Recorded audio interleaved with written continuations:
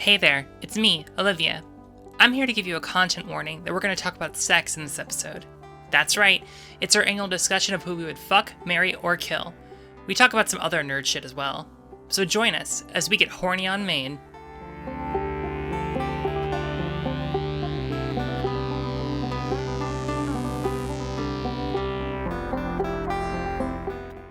Greetings, travelers. It is March 2nd, 2019, and this is the Greetings From podcast.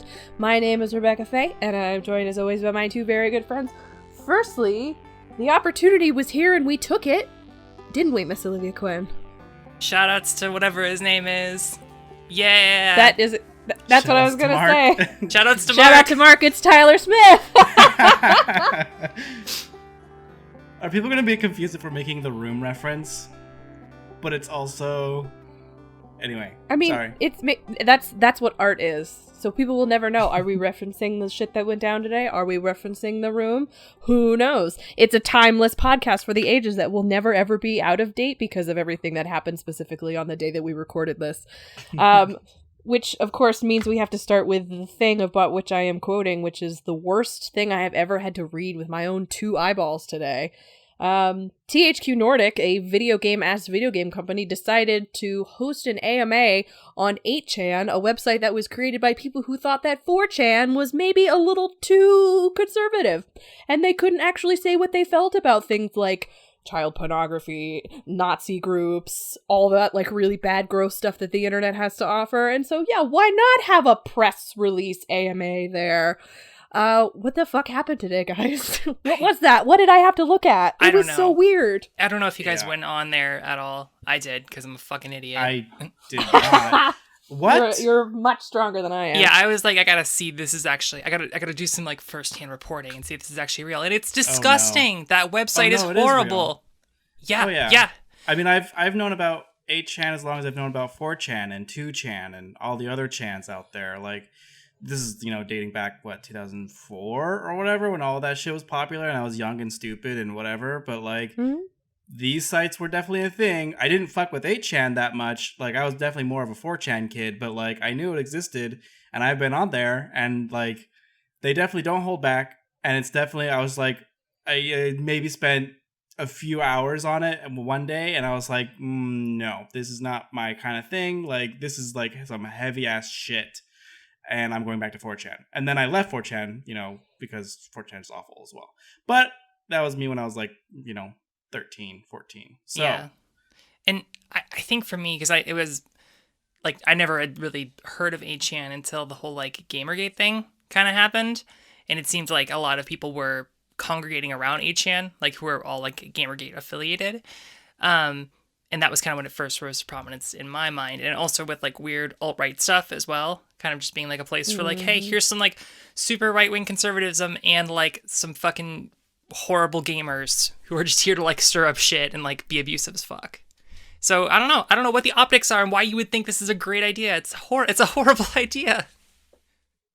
And I feel like the handling of it on the whole was very weird. Like the second that they started getting backlash, they were like, well, first this was a great opportunity, and then they backpedaled again, but only to, well, we didn't do our due diligence, and it was like, I don't think in this good year of our Lord 2019, you can come up and say, oops, we didn't do our due diligence when it comes to websites that are, like, banned for being the bane of the internet and, like, hosting some of the worst content that we could possibly create as a species, like... You don't just oops into that. You know what I mean? Right. I just don't know who, like, if you aren't already affiliated with 8chan or, like, super online, how you would even know that it exists. And I think in the tweet, it says, we got approached in a very friendly and polite way, and we're assured that someone will take care of it. And I just don't understand how, like, did 8chan approach THQ Nordic and be like, hey, let's do this thing? Like, I don't really know what the business structure of 8chan is, but it seems highly unlikely that that's what happened.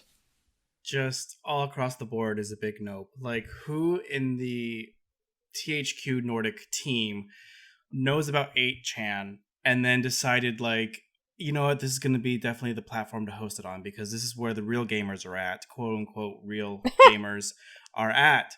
And this is where it's going to be riveting Q&As about the games that are weird. I don't even know what game are they talking about. I was such a blind rage. I didn't even bother to learn what game they're actually having a question and answer about on HN.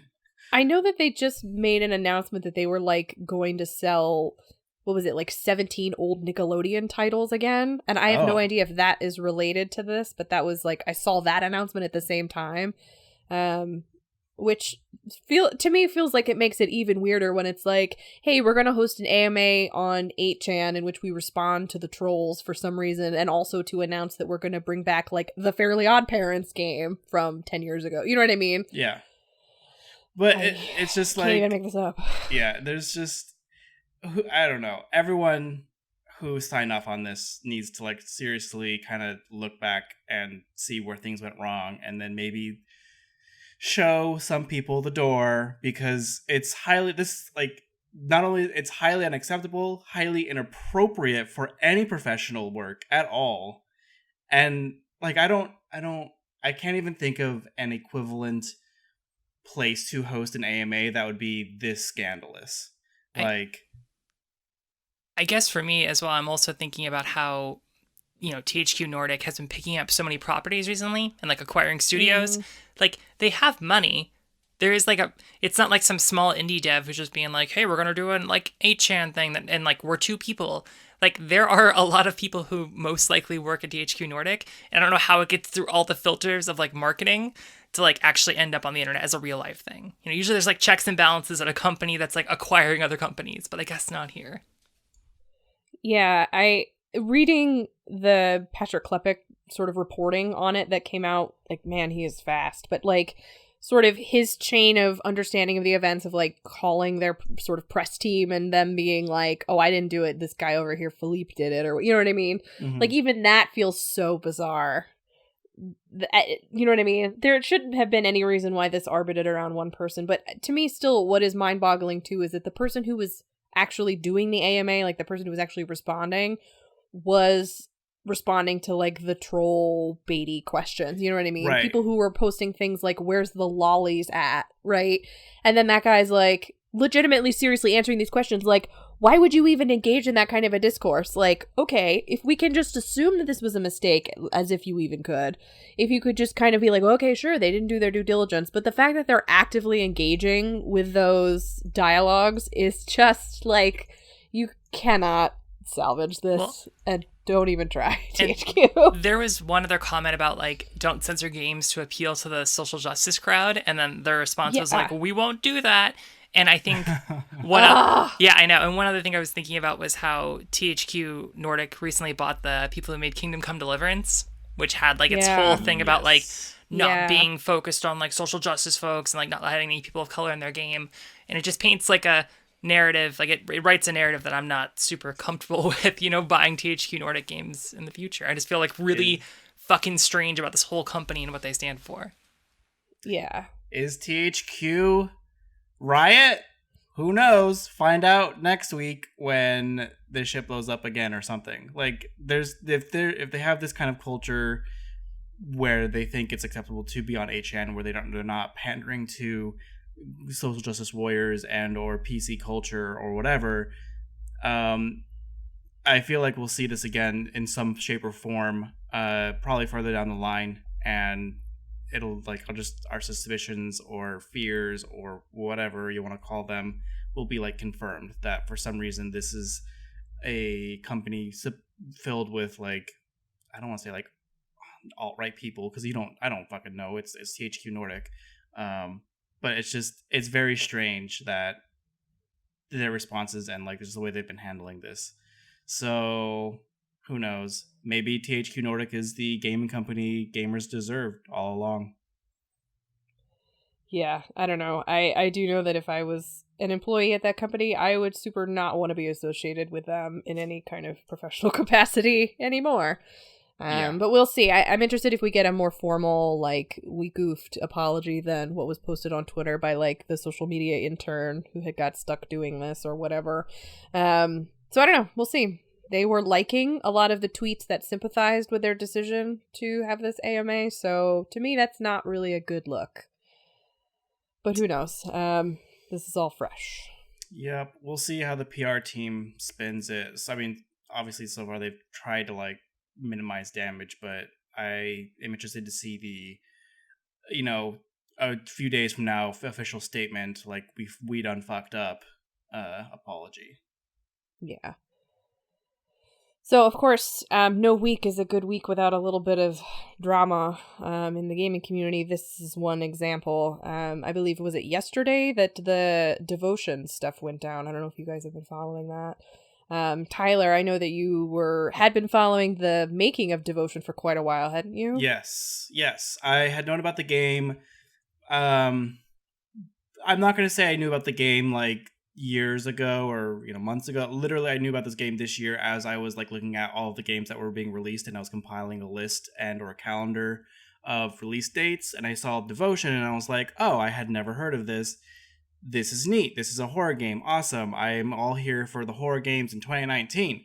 And then it was released last week, and I didn't have a chance to pick it up and play it yet. And then today happened, and it was removed from Steam. And Rebecca, I think you were following the story a little bit more closely than I was. So if you want to explain why it was removed from Steam. Yeah. So essentially what ended up happening was that, this is kind of a weird, cloudy part of the story. But essentially the gist is there was a piece of art within the game that was mocking the president of China. And there's a long history behind this. The game is made by Taiwanese developers, which is sort of one piece of the puzzle. Xi Jinping, a lot of people have mocked him and compared him to Winnie the Pooh. So there's quite a bit of stuff happening in China with Winnie the Pooh being banned. We saw a lot of this affecting gaming when it came to the release of Kingdom Hearts 3, because it has like a whole Winnie the Pooh world, and there was questions about whether it was going to be censored in China or not. But he has obviously come down very hard on any kind of comparisons to Pooh. And as a result, it caused a huge ruckus. Chinese Steam users were review bombing Devotion on Steam. It got really out of hand. So Steam did not take the game down. The development team decided to take the game down. They've issued a couple of statements on Steam sort of apologizing for what happened, then kind of saying that, we took this down because we need to QA it a little bit more, and we are going to just sort of wait for the controversy to die down. My understanding, at least at this point, is that the game will be returned to Steam. It's not like it's not been censored. It's not going to be gone forever. And I'm hoping, I guess, perhaps that Steam's, sort of review bombing enforcement new stuff that they've put into place will not affect the game as a whole, because I spent a little time just watching a playthrough of it, obviously, because you can't purchase it right now, and it's quite something. It's a very interesting, it is a horror game, but it also weaves in a lot of sort of Taiwanese culture, from sort of religious figures to stories and, what sort of a family life is like, expectations for family, expectations societally. And I feel like this is a very important cultural work in a lot of ways. And so, this whole controversy aside, I do hope that it makes it back online in some form, because I do think it's important. It's an important game. It's important to see, games from teams that we don't usually hear from. So it's really good. I would like to play it when it comes out. It looked really interesting. It seemed to deal with like family issues. Yes. And it seemed, in terms of like just general gameplay, kind of like Layers of Fear, where it's more like psychological and not necessarily. I assume it's. I mean, I haven't really seen much about the game beyond like just the preview or whatever, but it looks like it's not your typical blood, gore, guts, scary horror game, which is nice. So yeah, it's not survival horror at all. It's definitely atmospheric, sort of psychological, as you said. It's kind of an interesting blend between, the comparison to Layers of Fear is 100% absolutely correct. But I would say Layers of Fear was followed up by Observer, which was a little bit more open, and so this kind of plays in that line where it has pieces that are open and pieces that are more linear. Lots of interesting puzzle solving and kind of jumps between time periods, and you can tell that it draws inspiration too from like there's moments that feel very much like PT. There's a couple of those. But yeah, it's really good. I haven't seen the ending, so I don't know. I don't know how it holds up for the second half of the experience, but it's really cool. So hopefully that comes back. Yes. One thing I want, perhaps without poo memes. I don't know. One thing I wanted to kind of circle back on that I think is interesting about this is the political nature of the review bombing. You know, it's well known that there is like there's a team in China that tries to go out, like that works for the Chinese government, that attempts to sway public opinion or like crack down on dissidents in like online spaces. And Steam is, you know, they try to take as little moderation as possible that we've seen and like kind of let every work stand, you know, regardless of political meaning. I'm interested to see how Steam could handle this in the future when it comes to like, you know, review bombing in terms of a political organization and attempting to take like a game that, you know, the message is so benign. Like there's like, it was just like talking about Winnie the Pooh and the president being a moron, which like, you know, I guess there's a cultural difference there, obviously. But I do wonder if Steam would take a more proactive approach, you know, if this was a game talking about like a US president or something like that. Like I want to know what Steam's content policy is for politically minded games. Because I feel like that's, you know, Steam's one of the biggest platforms in the world. It's like a place where China and like the United States kind of meet in terms of like technology. And like having so I'm really interested to see what Steam's policies are moving forward when it comes to that kind of stuff. I am as well. Yeah, Steam's been very wishy-washy when it comes to their platform and reviews, and then the content that they curate. Just kind of like brief history, I guess, of like Steam takedowns. You know, I think as long as it doesn't contain clear pornography or like I mean, there allowed nudes things, but like Rust and shit, but definitely nothing super pornographic. Wasn't there like wording in an official statement, like a blog post talking about content moderation, saying like something along the lines of like straight up trolling? Like they would take games down that are straight up trolling, but like trying to make it a little more open. Well, I may be misremembering. Unless they've updated their policy recently and I haven't seen it. I mean, that game that's about killing gay people is still up. So I don't know. Or at least, I mean, I have to check like right now to make sure that that's still true. It might have been removed. But literally, there's just a game where it's made by a Russian. So it's from a Russian developer who makes like seriously 5-minute, I would call them 5-minute games because it's just pixel art. And the controls are very simple. It's literally you move right, left, and then you can hit people over the head who are represented as gay people. And I think I forget the name of the game, but it's like Bash Homos or something stupid. And that was left on Steam's, you know, library. Whereas there was another game that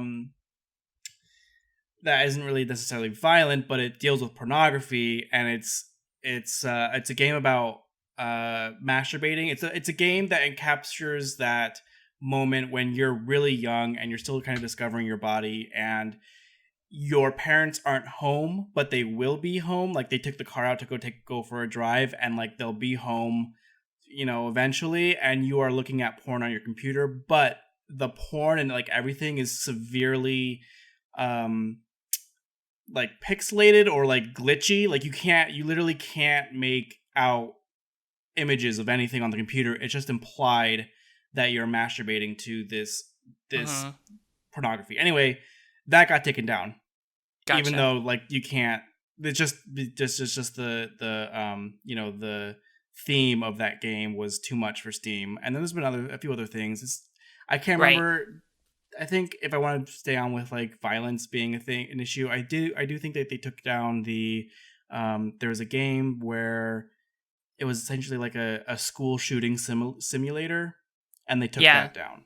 I'm seeing. I actually found that Gizmodo did some reporting on like what their policies were, and this was back in June of 2018. So you know things could have changed, but it seems like one of the content curators God, what is his name? Eric Johnson wrote a blog post talking about how Steam, and in his words here, it's saying that we're going to let anything on Steam as long as it isn't illegal or straight up trolling. So I think for me, I can understand where Steam is coming from and like why they're removing games, as a marketplace. It's not great, but Right.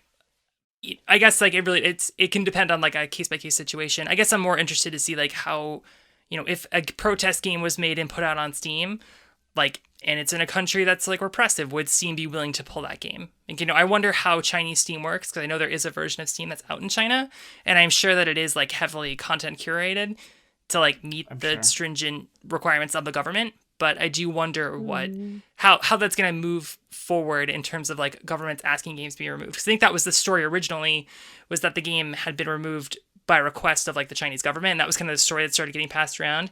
Ends up that's not true, but I do wonder in the future in this kind of situation, like what are Steam's policies? Like, would they report on that? I think that's something to look forward to in the future and kind of keep an eye on Steam being like this giant platform.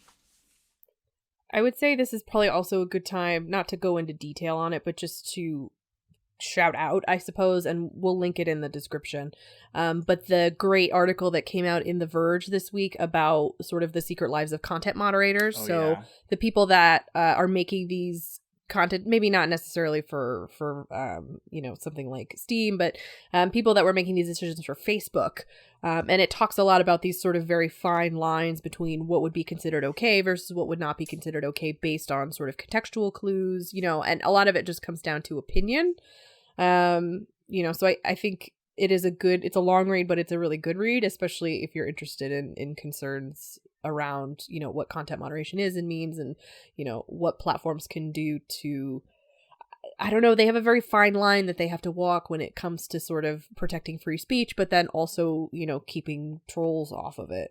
And I feel like with a game like this, I don't know if Steam has really had to deal with maybe a political game as much as it's been sort of like what you guys were saying, things of like violence and nudity. I feel like sometimes those can be maybe more cut and dry. But then when it comes to, something that's making a statement, how do you censor that? So I don't know. Right. I don't really trust Steam to make a good decision here, because I feel like in the past they have not done very well. Yeah. But, I don't know. We'll see. We will see. In happier news, let's talk about Nintendo. Nintendo has a new Direct tomorrow all about the Pokemon, so I hope you guys are excited. But Olivia, I know that you have played a lot of the Nintendo Direct games that they have been dropping hot and fast. So, would you like to give us a rundown of what's new at Nintendo? Sure. It's like, it feels really weird to have just made that like tonal shift, so I'm sorry. Yeah, it's like super abrupt. It is a little whiplashy, but like, we gotta talk about video games. We gotta make this happen. So there was the Nintendo Direct last week where they talked a lot about a bunch of random games. This actually happened the day before we recorded. We totally forgot to bring it up, like that there was gonna be a Nintendo Direct tomorrow. The day after the podcast, but they announced, like Mario Maker 2 and a bunch of other, just strange games. So they dropped a couple of games. I'm going to go into the demos that I played because I was able to get through most of them that were released. How do you guys feel about the Yoshi games? Like Yoshi's, the 2D, like N64 ones. So I've probably played maybe one or two Yoshi games my entire life. I believe one was on the Game Boy and maybe the N64. I'm not entirely sure. It was a long time ago. Point being, my take on Yoshi games is I don't play them. I'm not opposed to them though. But like, I was never a Nintendo console person. My jump is literally N64 and then I go to the Switch. Like I didn't touch any Nintendo games between that console generation. So that's totally fair. I think I hadn't really played any Yoshi games until I moved in with my ex-roommate, and then she was like obsessed with Yoshi's Island on the N64, or whatever the N64 Yoshi game was, and it was like she didn't really play video games except for that one. So she would have like a rough day at work and come home and play that game, and I never really understood what the Yoshi games were, and they're like, super enjoyable, like fun little romps that aren't super, like it's a really basic platforming game that has a cool look to it. I played the latest one to get to the point. Yoshi's Crafted World came out. And it's more of the same. You know, I really don't love Yoshi games, but if you like Yoshi games, that's just one of them. And it looks adorable. It's all like crafted stuff. Like you have to find like God, what is it? Like a plastic milk carton to like make your little train go, which is adorable. Aww. And like the Poochies are really cool. I think I have a Yoshi, like a yarn Yoshi, that I'm like, fuck, I should get this game just so I could like use the amiibo. Like I've been thinking about that a lot. But I love the look of that game. Yarn Yoshi. Yeah, I know. I was wondering if you guys had any questions about Yoshi though, because I'm like, it's just a Yoshi game. That's about as much as I could say about it. So my question is, will I be hated universally if I come out and tell everyone that I hate Yoshi's Island? Is that bad? You know, I don't think so. I don't think you'll probably be attacked about as much as I will be attacked for never having playing Zelda. Wow. Well, yeah, Zelda before, Breath of the Wild. So I don't know. That's my corner. I guess I was trying to be a little charitable, Yoshi, because I'm like, I know people really like these games, and like they're just not for me. But I definitely don't like seek them out. You know what I mean? Yeah. They're not. They're not my kind of game. I mean, I love Yoshi. Like I personally feel like I would love Yoshi's any of his video games. But to me, Yoshi was always just like your dinosaur friend that you used, and you threw him down like pits and things and jumped on him, and like Yoshi was never in my eyes a friend, even though I know he was a tool. Person. He was a sacrificial lamb, you Tyler. Monster! Listen, Rebecca hates Yoshi, but she didn't fucking kill him. She didn't leave him for dead on the side of the road like you, Tyler, you monster. I tried my best to keep Yoshi, okay? But I just hate Yoshi's Island, and there's a very specific reason why. Why do you it's hate because Yoshi's Island? The place that we all used to work together, there was a guy who had an N64 who, well, he didn't have the N64. Whatever. Anyway, he sat and he played Yoshi's Island all day, every day. And it got to the point where I could not hear that song without wanting to scream. And I had said to him sort of jokingly, I was not going to do this. And I said to him, I'm like, man, if you play that again, like I am thinking about snapping that console or snapping the cartridge in half. And then he believed me and never came back. He came back, just the cartridge disappeared. So this guy was just this random stranger, or like he worked there? No, he worked there. Okay. I was just so fed up with listening to that song all day long in my cube that I was just like, man, I'm gonna snap that cartridge in half one of these days. Like, I cannot listen to the Yoshi's Island song again. And then it disappeared and he stopped playing it. And I said to him, I'm like, did you really think I was gonna do that? And he was like, yeah. So apparently once I was very scary. Well, don't but then break I never my had to Switch listen in to half. Yoshi's Island again. I just played Yoshi's Crafted World. I'm sorry, Rebecca. I didn't realize that it made you so angry to talk about the Yoshi.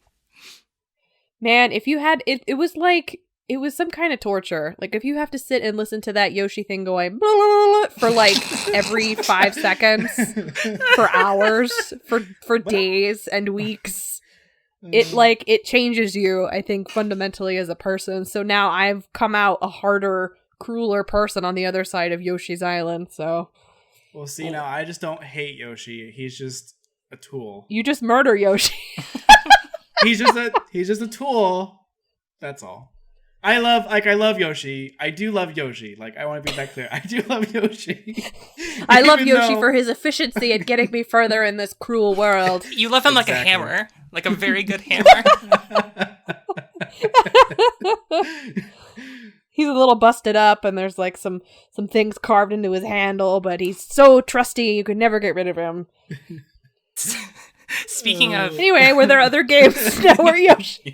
Speaking of totally functional and unmemorable games, Daemon X Machina is a robot fighting game. It's not fighting game. It's more like the a... demo came out. Yeah. So I played through that and I really enjoyed like being able to make my character. And like there's a lot of character customization options. You can kind of like make your own cool super robot guy that you fly around in. It reminds me a little, I haven't played a lot of these games. Last one I really like robot mech fighting. It's not like a fight, it's got a battle arena kind of thing. Was Zone of the Enders 2, which I loved. This game just seems kind of like hey, you're in this world, you're going to fight some robots, you're going to like fight some waves, there's some bullshit anime story in the background that you don't really understand what's going on. And that's it. Like, there really wasn't much of a hook there. Like, if you like having some, like, customizable robots that you can fly around in and kind of mash the X button, this is your shit. Beyond that, I don't have anything else to say about it. It's got a poor look, in my opinion. I feel like it's also another one of those games where the title is super not descriptive at all as to what the game is. Daemon Xbox. What? I don't even know. Right. Well, it's just like one of those mecha conceits, right? Like, it's always like, Big Hero or Gigantor or fucking Voltron. Anthem. I'm so sorry. So it kind of follows Daemon X Machina. It's got Machina in the name. Man, I would argue that Daemon X Machina is more anime bullshit than any of those games. That name is so bad. I really dislike it. That's fair. Well, you could say the same thing about Nier Automata, though, right? So, I mean, don't you fucking bring Nier into this, I swear to God. I mean, there's not, the game isn't technically all mechs, but there are mechs. Anyway. I'm gonna move on. How was it? It was fine. Like, it was just completely functional, like, shooter, like, beat 'em up kind of thing. It reminded me a little bit of, God, what are those games? Dynasty Warriors. Like, where it's kind of like, hey, this is mindless, and like I'm sorry, let me rephrase that. It's like the wave-based nature of a Dynasty Warriors game. Like, the actual, like, you're flying around and shooting things isn't very similar, but the idea that, like, oh, we're just gonna, like, be in this area and, like, enemies are gonna come at you and you're gonna run around this battlefield, and then when it's done, it's done. Got it. Like, there's not really much to do in that game. There was one mission that you play where it's like, you gotta protect this library because it's the future, and like, we care about knowledge, man. It's they call it like a data center, actually. I gotta fix that. Yeah, and then there's like this one like affluent, like a former prince who's now a fucking Machina soldier or whatever, who's like, we need to protect books. Things were better back in the day. Like, you can just kind of read the anime bullshit in his voice, even though it's just text. And it's oh my lord. Yeah, so if you like, and I can get in a mood to be like this is great. This is like the fucking soup of my soul to like look at some dumb anime shit and be like, yeah, this is great. But, I gotta be honest, I don't think it's for everyone. And I think that it's I wish it was more interesting. It seemed like from the Nintendo Direct that there's like more to come in this game. Like, I think I was gonna say. Yeah, it seemed like the director was talking about how they're gonna be making major changes to the game, and like was asking for feedback, and like they would randomly select people to be in a survey. So we could be shitting on a game that's, super early, but at this point it's not something that I think, I would really recommend anyone. So, but it looks dope as hell. So yeah, I don't know. I would be interested to hear your thoughts, Tyler, if you could check it out. I haven't had a chance to play it yet, so I should probably do that. I've been playing other games too much. That's fair. I've been playing another game, and it's called Tetris 99, y'all. It's a joke. It still boggles my mind that, like, first we were like, what if you could ascend to the astral plane with Tetris? And then they were like, what if Battle Royale but Tetris? It's like, what? It's a real mood. Like, I've been playing a lot of Tetris Effect, like, as, like, a chill-out thing, when it's like, man, I had a rough day, I'm just gonna, like, put on some Tetris Effect and, like, enter the astral plane and be with my thoughts. Yeah. And it's really relaxing. Tetris 99 is none of that. Like, I kind of started playing the game, like, being like, yeah, this is, like, a lot like that. I'm really good at Tetris. I could play this game. And then you just get fucking stomped over and over again, and that game explains nothing of its mechanics.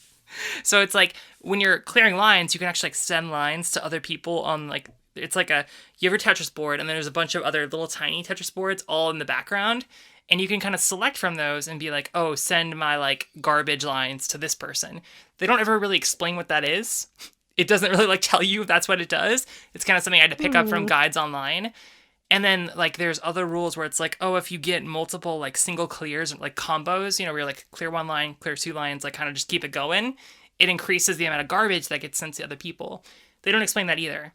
There's a lot of strategy, and, like, you may not understand when you're playing it, like, oh, I'm doing really well, and then you get fucking 90 lines of garbage and you're defeated immediately. It's like, oh, well, I didn't realize that's how that worked. So it's like one of those things, if you're going to play it, I would suggest reading a guide. It works. It's completely functional, and that's kind of amazing in my opinion. It's a joke that you would read an internet forum that has somehow become alive in the game world, which I think is really funny.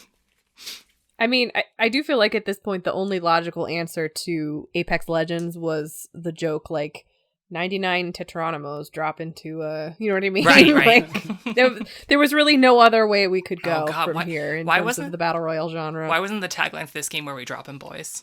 Because I feel like that fits the Tetris theme so well. Oh my god!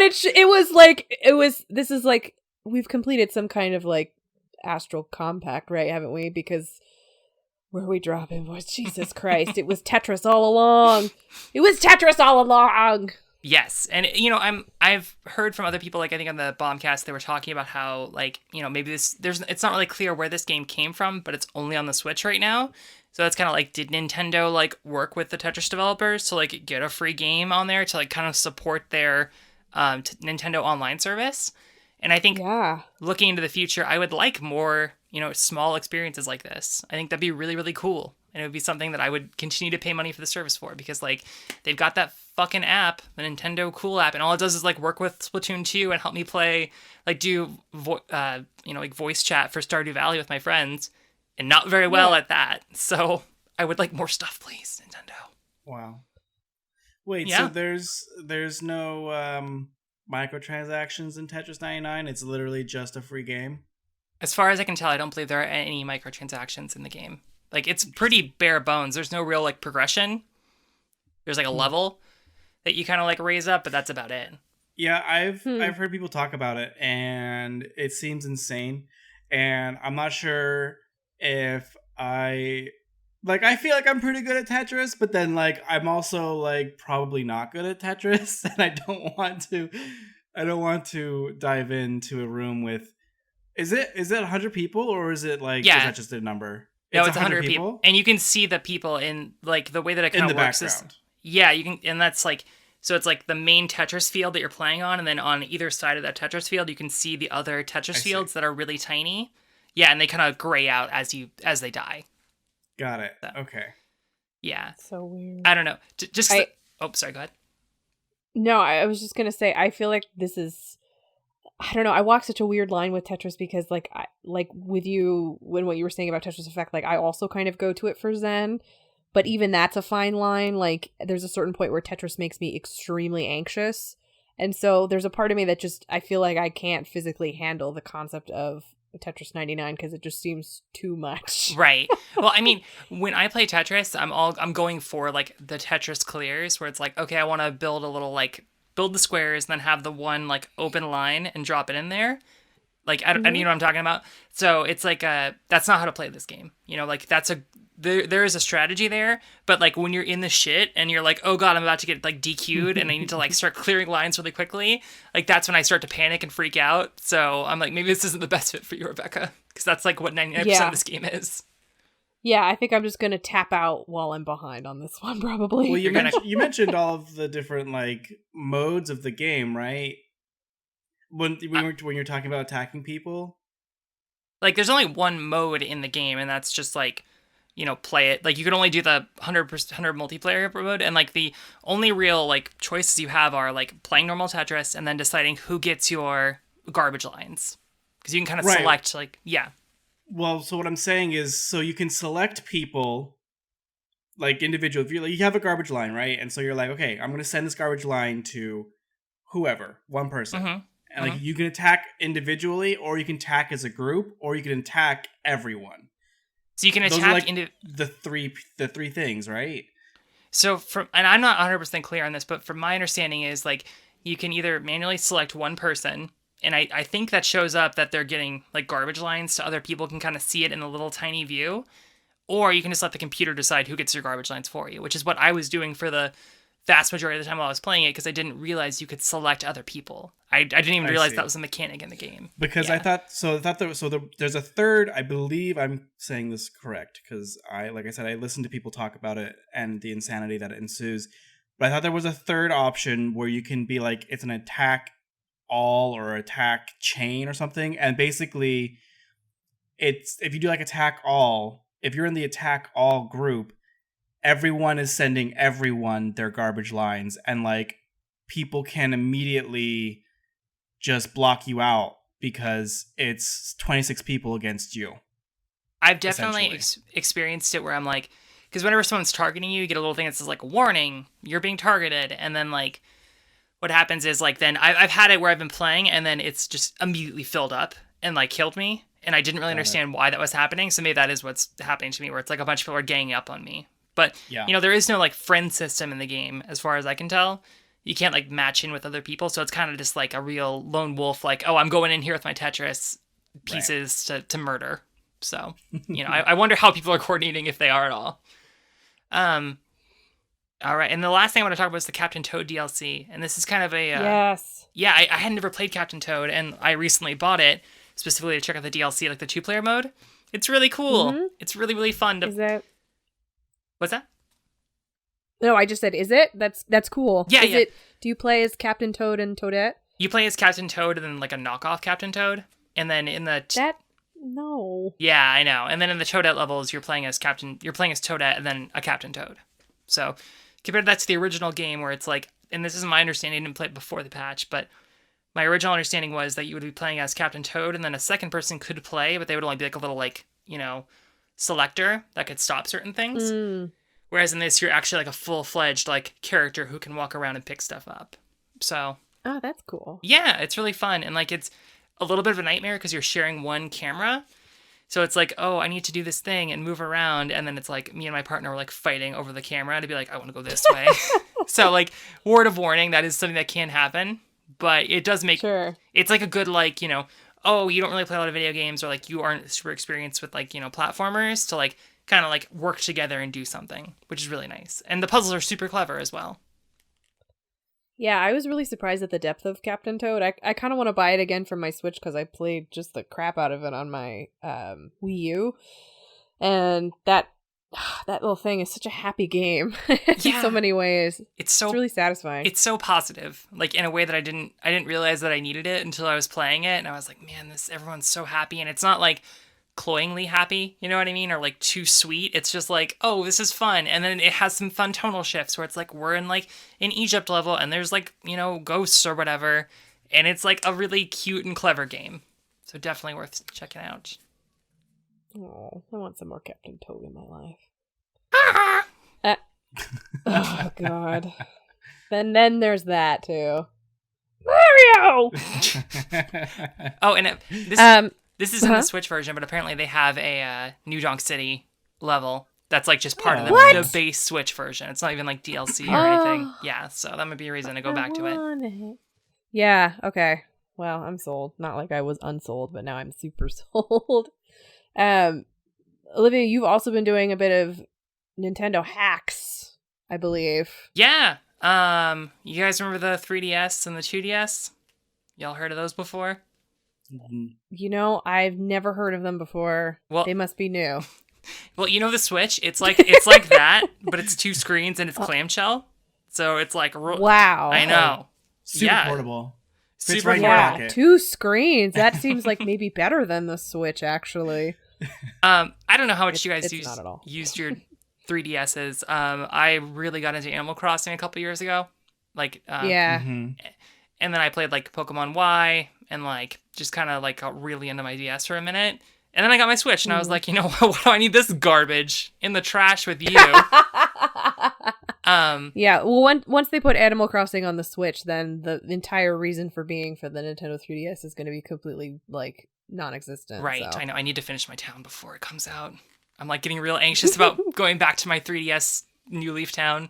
But so what I was doing was apparently in the newest version of the firmware for the 3DS, it can actually be like hacked, so you can run unsigned code on there. So you can run like homebrew operations. If you wanted to pirate games, you could do that. Not like we're endorsing piracy or anything, but that is an option. And the reason I wanted to bring it up was because the methods for actually hacking your 3DS are really clever, and it's like a really cool community kind of thing. The way that the hack that I use works is that you actually grab an app from the App Store on the 3DS, and you need to grab one for the Nintendo DS, like a DSi game. And there is a free one, and it's like the Nintendo Fan Club. And it's like for the Mariners specifically, like when Nintendo, I don't believe Nintendo owns a stake in the Mariners anymore, but they did. And there was an app you could download, and it's still available, that lets you like see the pitches that, you know, the people were doing, like kind of like a little score tracker for the Mariners, which I thought was really funny. Yeah. It's so bizarre. Yeah, I know.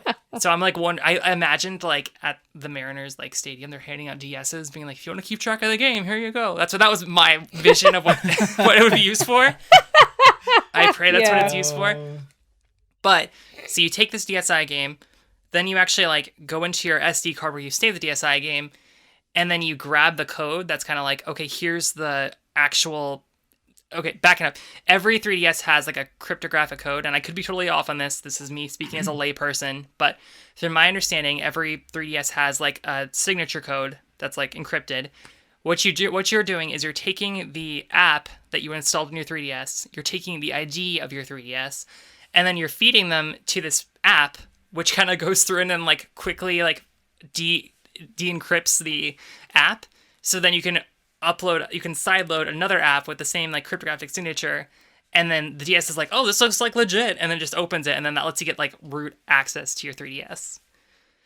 Let me know. Tell me if that makes sense to you guys, because I feel like Yes. I mean, I'm sure it's a little confusing just for me because I'm not like, even math is fucking awful for me. But yeah, I'm following you. I understand what you're saying. What's the benefit to rooting your 3DS?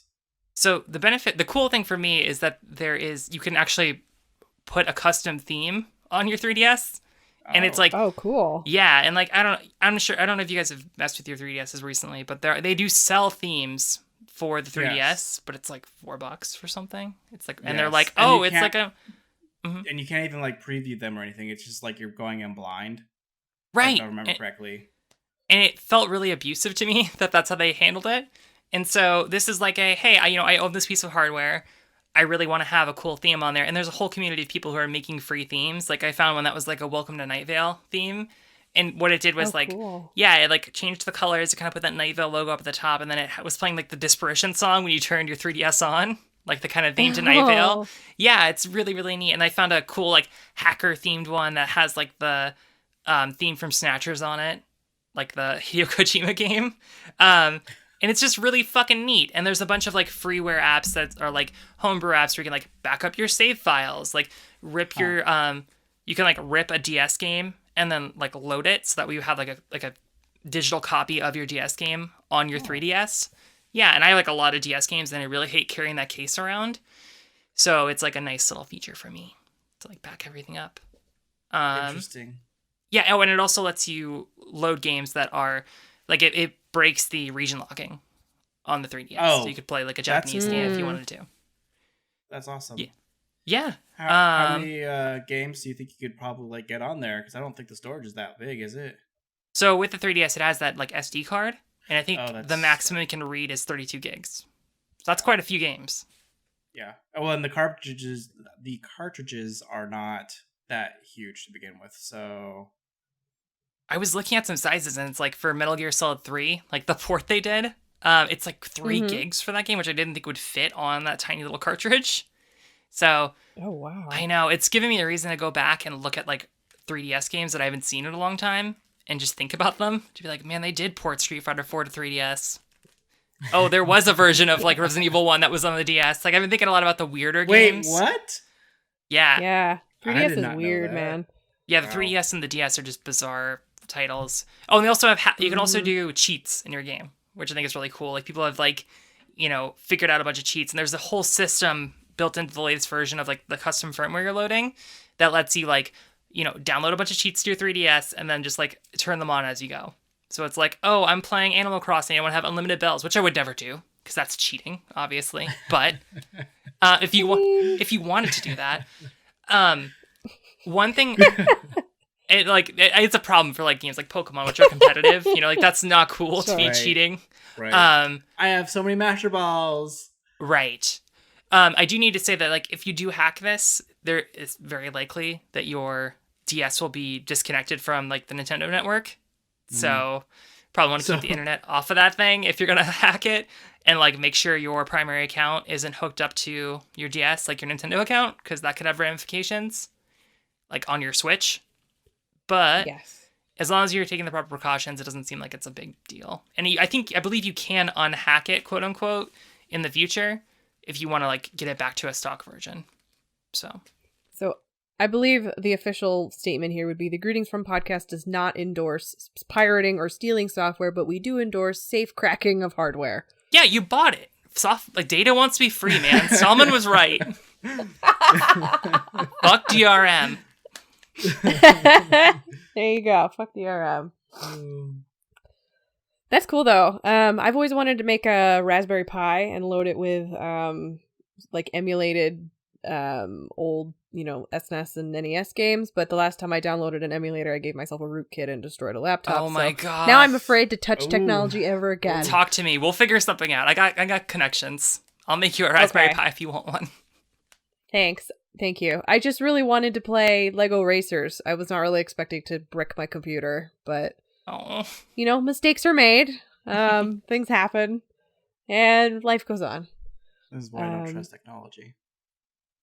Well, yeah, I feel like I played myself on that one, maybe. Yeah, so in a completely not at all natural transition, Overwatch got a new hero this week. I saw. He is on the PTR. His name is Baptiste. We now have a new healer, which seems like we've gotten a lot of those. I hear that people who play tanks are complaining about there have not been enough tanks, but we got Baptiste, which the internet has called What If Ana but Demo Man. So, Olivia, I know that you've gotten to play him a little bit before this. You really did your homework for this cast, so I'm like really grateful because it's like you get to tell us all these cool stories about what's happening. So tell me about Baptiste. Well, how is he? Thank you guys for letting me talk for a while. It's my favorite thing to do. So thank you for teaching us things about technology and how scary it is, but also very cool. Data be free. Woo! Yeah. Baptiste is really neat. He is a healer, like kind of offensive healer combo, which I think is really neat because we just got Brigitte and I really like playing Brigitte. His kit is basically a submachine gun, which is similar to what Soldier has. Like that's his primary fire. His alt fire is a kind of grenade that he's launching that heals other people. So it kind of like explodes and it creates a healing field around it, but it does not heal him. He has a kind of boost jump that you can do where it's like your control click. If you kind of like get into crouch mode, he'll kind of like charge up a jump. And then if you kind of like trigger it, he'll just jump up in the air, kind of similar to like Pharah's like boost jump. One of his moves is, he has a move that's a heal. It's like a area of effect heal. The coolest thing about him, in my opinion, is his, he has a field that's like a you cannot die field. So it's not like, oh, nice. Yeah, I don't understand how it's going to work. It's going to be a mess, I get the feeling. But Zen's ultimate is, he creates like the invincibility field. Yeah, tranquility. Yes. So it's similar to that, except for you do still take damage to a point. Like there is a part of your life bar that just cannot go down at all. And then like, wow. Yeah. And it's like a 10-second, I don't exactly know what the, how long the field is up for, but I was playing a game where it's like a no limits game. So you can have as many heroes as you want. And it was like 5 Baptiste and then like 1 Lucio. And it was disgusting because it was just like, we're just like putting down like the invincibility fields like over and over again. And his ult is that he puts up a little like kind of mirror wall. And then if you shoot through that, it increases the damage. And if you heal, like if you kind of like shoot a healing thing through that, it also increases the heals as well. So it's like a little buff wall in front of you. It's really neat. I like that. I feel like Blizzard is playing into the 2 healer meta because I feel like that's kind of been the meta for a long time, especially after Mercy got nerfed. But now it seems to me like some of their more recent healers have been more damage oriented. So it's a little bit easier to do a duo heals because you have one that can do main, obviously main heals with then someone who has like a really cool ult. So I'm interested to see how Baptiste will play on teams with it's like him and Brigitte or him and Moira, or whether it's just going to be like Mercy's the standard with him as the sub damage one. I don't know. I feel like Lucio is usually wall riding someplace else, so I'm never really sure where Lucio is at any given point in time. But yeah, that's cool. I'm excited to play him. One thing I'm interested in, and I'm not like a professional Overwatch player or anything like that, and I've barely followed the game, but I've been trying to keep up with the meta a little bit, and there's that whole like goat meta. Have you guys heard of this before? The what? No. Okay, so this is my very like noob level understanding of the Overwatch meta at this moment. But the GOAT kind of strategy is to have 3 tanks and then 3 supports, and then you basically that's interesting. Yeah, and like the steamroll. Exactly, and like the main combo is like you have a Zarya and you have a God, what is her name? Diva, and so Zarya ults, kind of like sucks people into a little circle, and then Diva runs in and like does her ult and blows them all up. And so it's kind of like a game of attrition until you get that like kind of combo. And then while everyone's kind of blocking, the healers are just kind of back there making sure that everyone's getting buffed and staying like alive. And I guess I was thinking about how Baptiste would fit into that kind of meta, and it seems like it's going to make it a lot worse. Like it's going to make it a lot more games that are all just like GOAT focused. Yeah. And I know that's like people have, differing opinions on like what's a healthy meta or whatever, but I've seen a lot of the people being like, oh, this sucks, like this is just like making the whole problem worse, making games staler. So I'll be interested to see what happens. I know there were other changes that took place on the PTR, so like other people have gotten buffed, so we'll see what happens. Yeah, I'm very interested. I do like offensive supports though, because I usually always play support because I like it, like I like helping, but then I also like murdering. So like Moira was really powerful for me because then I got to just be like, fuck all of you, heal your own damn selves. I'm gonna go murder freely and powerfully and feel really good about it, and still pretend like I'm helping. So yeah, I did like the comparisons to Demo Man, considering didn't Demo Man have a line that was like, I don't know, you'll have to be put back together in hell, and now Baptiste is the one putting them all back together with his healing. He's an anti-Demo. I don't know. I'm sorry. Yeah, I think one thing I wanted to say was just Moira's fucking OP as fuck in Deathmatch. I've been playing a lot of Deathmatch, and she's just like, I was looking at some clips from Overwatch today of like me playing it. I just like love chasing people down and getting them in a corner, and as they're whimpering, I'm just like, ha ha ha, I'm sucking the blood from you. It's very fun for me. She is so powerful and good, and I love her. Same. This was supposed to be about Baptiste, but I'm gonna just talk real quick about how much I love Moira. But yeah, that's cool. I wonder if they'll add any tanks soon, because it's been a lot of not tanks. I mean, I guess, well, no, Doomfist is offense. He's not a tank. So yeah. What happened, Blizzard? I don't know. You guys want to play a game? That sounds a little threatening to me. You just said how much you like to murder, and now you're asking us to play a game? Yeah, the game does involve a little bit of light murdering. So this podcast is not going to be released until March, and some of this was poor planning on my part. But in honor of February being Valentine's Day month, and obviously the month that's all about love and romance, we probably should put potentially a not safe for work warning on the beginning of this podcast for multiple reasons, but especially for the one I'm about to tell you. So I proposed that we should play a nice fun game of the Marry Fuck Kill game, which is exactly what it sounds like. What I have done is I have collected the names of many video game characters. Many were submitted by our lovely people in our Discord, listeners, people on Twitter, me, you three. Well, you two and me. I'm including myself in that 3. It was the royal 3. We all put some video game characters out into the void. I wrote them on some Post-it notes because I love pulling things out of a hat, as I did during the posties. And so the challenge was, in honor of love, to choose 3 characters, totally at random and totally mysterious. And then of the 3, we must decide who we would marry, who we would fuck, and who we would kill. The PG version of this, I believe, was it Marry, Kiss, Kill? Because for some reason we consider violence to be PG, but whatever. I'm not making societal commentaries right now. Do you guys want to play? Does it sound good? Yeah. Okay. So I have a bunch of Post-it notes here. There's a lot. I'm just going to massage through them, and then I will pick 3 at random.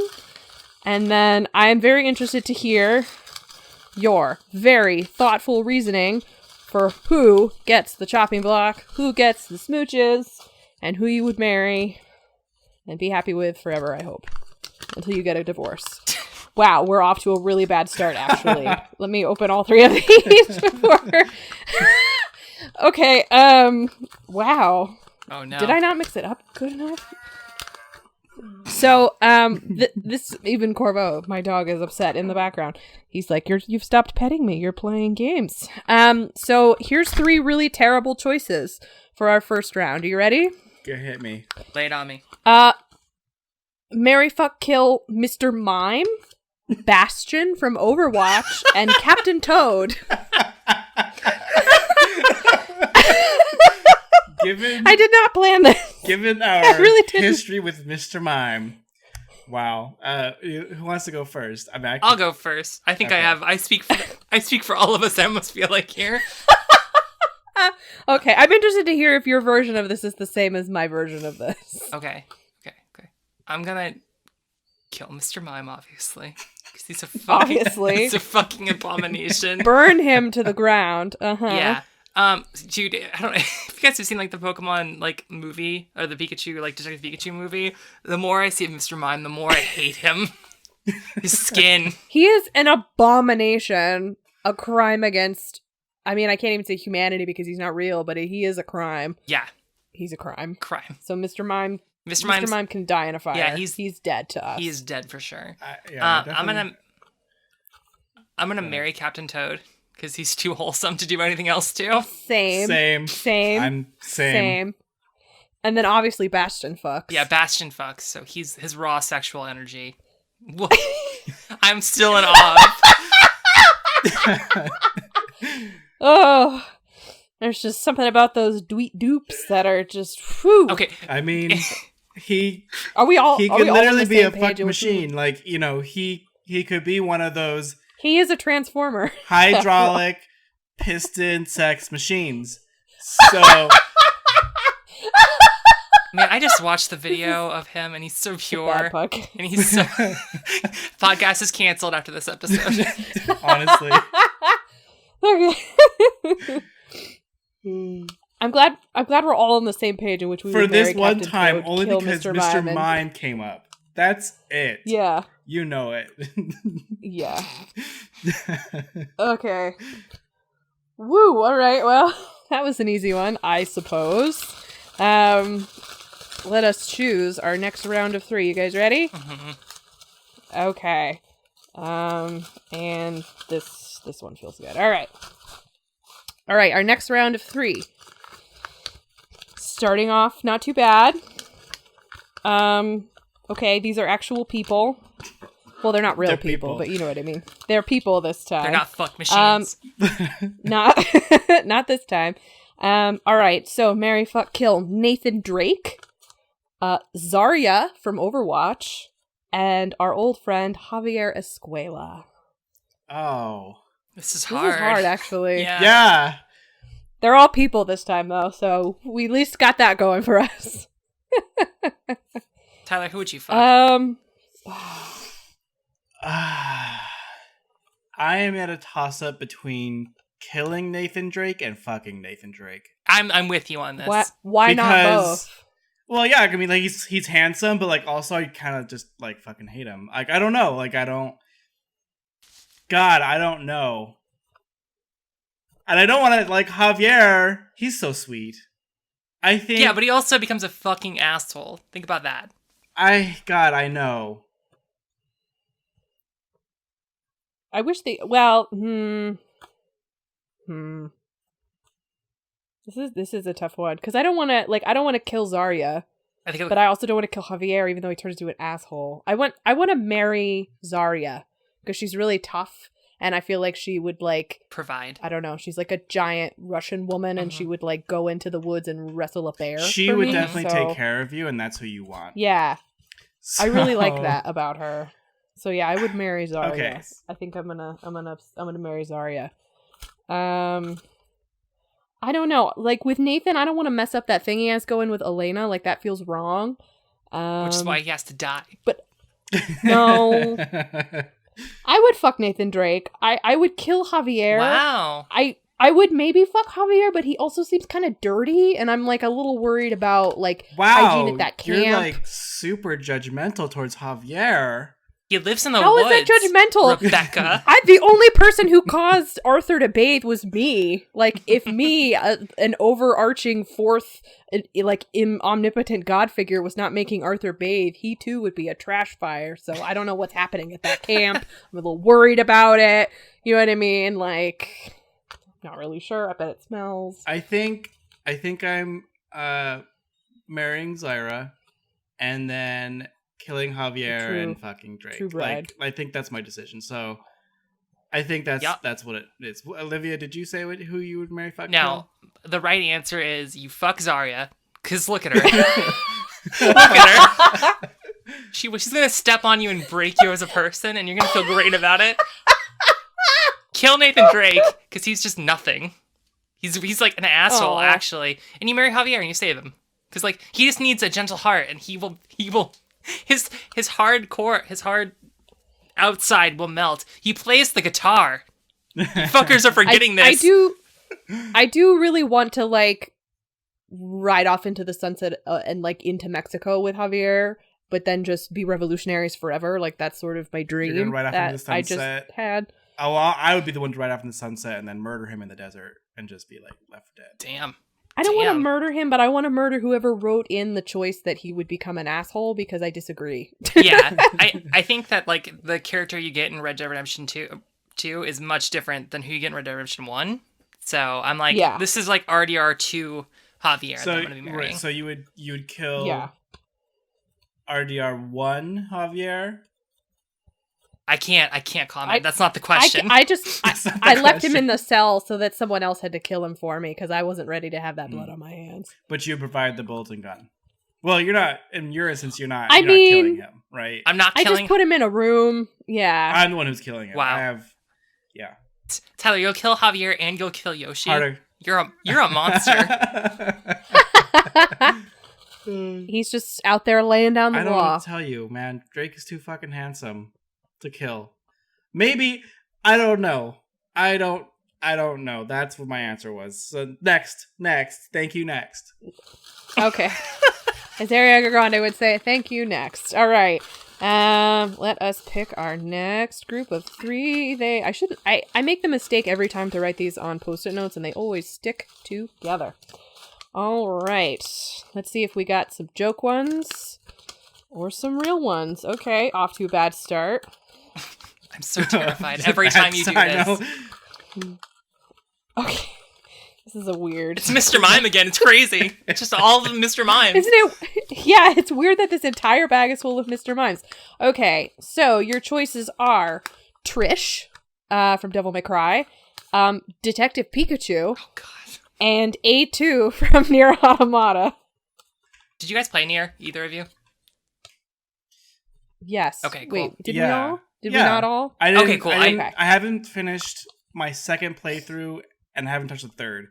So I know half of 2. Like I'm with in the second playthrough I have one more quest until you turn into the end state of that game. So she's a tortured soul, Tyler. You don't even know who A2 is. You can't answer this question. I know. When you can, but not with the right information. I know. You can using context clues, I guess. Man, Nier's some bullshit. It does not explain her story at all until like the last 10 minutes of that game. A2 was the girl with the long hair, right? That you fight halfway through at the castle. Is that correct? She kills the baby. Mm-hmm. Okay. Yeah. Okay. Anyway, so what's your guys' answers? So, I mean, are we in agreement that Detective Pikachu should die because he's a crime against humanity, or he should die are we going to kill him because he's not voiced by Danny DeVito? Because that's the makes me mad. I don't know. We should kill him because he's too perfect. He's too perfect of a being. No, he's too good for this world, and therefore no one should ever be allowed to touch him. Mm-hmm. So he's so time cute. to die. He has to die.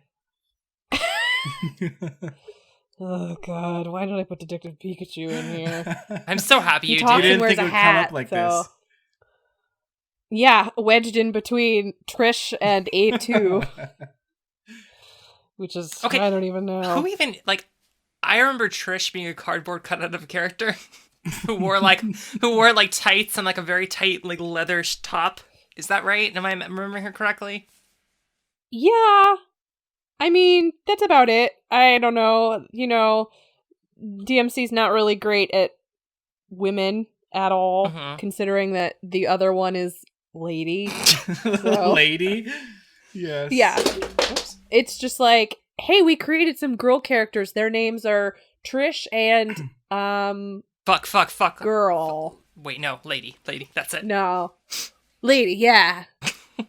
Yeah, that's a real I will say that, we do name. have, I like this kind of category because we have two, like, sleuthy girls. I said sleuth, not slut. Sleuthy girls. They're like girls who are badasses and get what they want. And then we have the dumb fuck Pikachu. Who is Ryan Reynolds, who is usually like, or has been in the past, depicted as like a womanizer, like usually as the kind of character he plays. So it's very interesting. It should have been Danny DeVito. Well, should have been Danny DeVito. Yeah. I'm gonna stand by this until the day that I die. I love Ryan Reynolds. Not my Detective Pikachu. I love him, but I am not here for Detective Pikachu. Not the movie version anyway. I don't know. Keep with the hair off, I guess. That's weirder though to think about it. So just he needs to be gone. It's done. It's killed. Detective Pikachu's killed. He's canceled. Olivia, you said you had your answer? I do have my answer. Are you ready to lock it in? Yeah, I'm ready to lock mine in. All right. It's going to be controversial. I remember. I am going to kill Trish. I'm going to marry Detective Pikachu. And I'm going to fuck A2. She's like canon fucking, I'm pretty sure. So the reason, let me explain my reasoning here. Trish is nothing. Okay. No one will miss her. Oh. Wow. Way to just write her off. Okay, wait, is she Virgil's mother? Is that like a weird plot line? Am I forgetting that? I'm looking her up right now to make sure. No. She's not. She's like, wait. Are you no, sure? She's not. Is she like a clone of Virgil's mom? I remember there being something about the mom. Yeah, so she looks like the mom. Yeah. Okay. She's a demon that looks like the mom. Yeah, she's not the mom. Okay. She's just sexy girl who makes a man sad about his mom, I guess, because that's all that women are for. Exactly. She's like the mom. Okay, whatever. She's dead. We don't have to talk about her anymore. So fucking Ryan Reynolds is still voicing Detective Pikachu. I can just put a bag over Ryan. I can put a bag over the Pikachu and just have Ryan Reynolds talk to me all day. And A2's That's fair. It's a fair point to be made. And A2's fucking hot as shit, dude. And she's got a giant sword. Threaten me, daddy. Oh. So, I mean, since I'm killing Pikachu, my choices are I either fuck a demon or I fuck a robot. So, yeah, basically. I don't know. I mean, I saw Devilman Crybaby, and I'm not really here for that shit. So I think I'm killing Trish, and then I'm fucking A2. I feel like it's a safer route. Are you killing Detective Pikachu then, or are you gonna marry Detective Pikachu? Wait, no, I'm so sorry. I have to marry someone, so that I'm marrying A2, not killing Trish. Oh my god, what am I doing? I am fucking A2, and I'm marrying Trish. That's not. Those are some choices. There's some choices. So okay, Detective Pikachu killed. I'm marrying A2 because she's a super smart wife, and I guess I'm fucking Trish. I'm fucking the devil, which I said I wouldn't do. I don't know about this, man. I mean, all roads lead back to fucking the devil, I guess, at some point. Live in sin like the rest of us. I'm gonna marry Trish. You're gonna marry her? Because I want to be in the Devil May Cry crime fighting squad. So I just want to be there. And I want Dante to keep saying stupid lines at me. So I feel like I don't get that if I don't have to hang around with Trish all the time because we're married. So I want to be like that really awkward third wheel in all the Devil May Cry games now. So I'm gonna marry her for that reason. You're gonna drive the van around and sell upgrades? Yeah, I'm gonna be the new Nico. I'm just gonna drive around, and they can give me a stupid dumb girl name if they want to. But I just want people to say like really poorly translated, stupid sexist quips at me all the time, and then there's a lot of screaming and like, I don't know, metal playing in the background. even in the middle of the day. It's very confusing, but you know what? This is the world I signed up for. So, Oh yeah, I'm just in Devil May Cry now. Congrats, everybody. Our new bus driver. Yeah, we call her woman. She keeps saying she's Rebecca, but she's woman to us. Yeah, and I don't know. I guess I gotta get in the dress code, which either involves like wearing only a jacket and no top, or only a top and no sleeves. It's very confusing. I got some stuff I gotta work out, but yeah, I'm ready to marry into the Devil May Cry Mystery Machine family. So, I guess that means I have to. I guess that means I'm fucking A2. Okay, that's fine. She has a big sword. That'll be cool. Exactly. And then Detective Pikachu. Yet another sex machine. Yeah. Well, robots, they can get it. All right. Should we do a few more? Yeah. I'm enjoying myself, despite... That's good. I'm hoping we can make this an annual tradition. And so every February we can sit down and think about... Marry, fuck, kill. All the people that we could have... I'm not going to finish that sentence. All right. So I feel like this one may be an easy one based on the first two that I opened. Okay. This is an interesting group. So your choices are Samus Aran from Metroid, Garrus Vicarian from, which, I mean, who would kill Garrus? And Andrew Ryan from BioShock. Why is Andrew Ryan in there? Since when? Did you needed an easy one to kill, but not No gods, only men. No gods. Well, unless there was like a wild Ryan. card among us. He's all about men, and that's what I am. That's a really good tagline.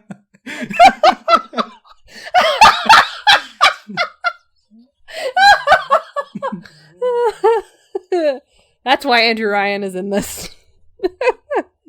I don't know. Maybe there's like a fringe person who doesn't want to murder him. Maybe. With a golf club. Is their name Ayn Rand? Is that who the person doesn't want to murder him is? Yeah. It's only no gods, no kings, only masters. Yeah, so are we all murdering Andrew Ryan, or Tyler, are you committed to marrying into the Andrew Ryan empire? Well, he was quite handsome. Like, he was not a bad looking guy. He was like, a really old he was only daddy. kind of crazy. Yeah. I don't want to marry him. Little. He did kill people. We're remembering that, right? He was like a murderous, genocidal maniac who like ran an underwater like death cult but was it of like warranted? I objectivism. bet Andrew Ryan fucks though. It wasn't What like did he you was. say? Did you say it would be a good fuck? No. I said I bet Andrew Ryan fucks though. Oh, I thought I heard you say he'd be a good fuck, and I was like, I don't know, man. Yeah, he focused all on You himself. heard you maybe heard what your heart wanted to hear, and now. Well, here's the thing. Can you imagine So sleeping with Andrew Ryan? He would just be like, nah, get me off, and then he'd go to sleep. Like, he wouldn't even like want to reciprocate. to be fair, that's probably his MO. And another point is he'll probably be drugged. You, the person, you will be drugged. Would you kindly give me a blowjob? Oh no! If you wake up in a Big Daddy suit, So, I don't know why. I'm not sure if I really want to marry him because of his political ideology. I feel like he would But never you don't want to shut murder up. him.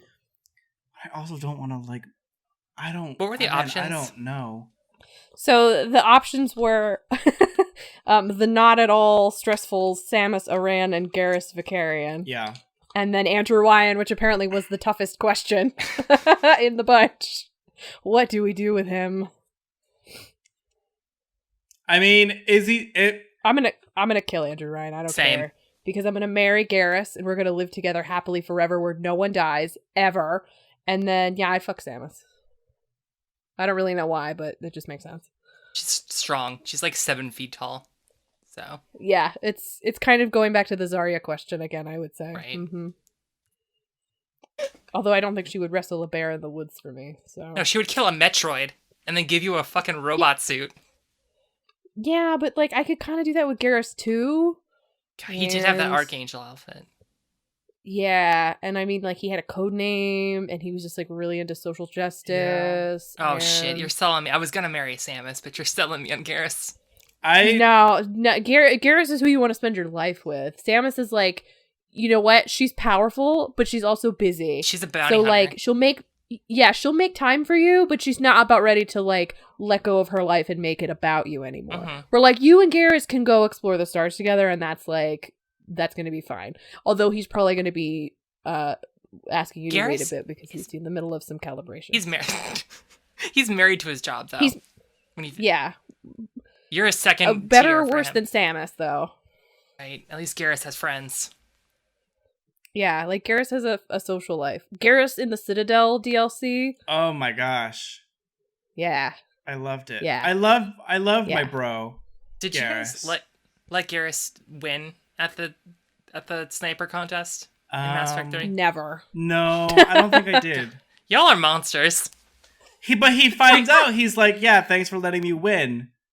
Like, Yeah, but he knows that's because like we're friends, and I want him to succeed because we're going on a death mission, and I want him to know that like we're equals. That's why. I'm marrying Garrus, and I'm fucking Samus, and Andrew Ryan can go die in a pit for all I care. Yeah. I think I'm marrying Garrus. Good. I'm fucking Andrew Ryan. Controversial, but good. And then I'm gonna have to kill. I love I love her, but she has to die. I love her darkness. That's a very good answer. I love her, but she darkness. just has to die. I love her darkness, but she has to die. And Andrew Ryan, he's either going to be into some real ass kinky shit, or he's going to like come in 5 seconds and be like done with you. So, But he'll buy you like a lot of shit. Like he'll be your sugar daddy. maybe What do you think? Yeah, that would be he'll nice. probably honestly give me well- like the what is it called? Plasma? No. Oh, the plasmids? Plasmids. Yeah, so like at some point you're going to end up like horrifically Dude, what if he disfigured. has like But you'll have like magic powers though. What if he has for like a while? big dick That'd be plasma cool. though?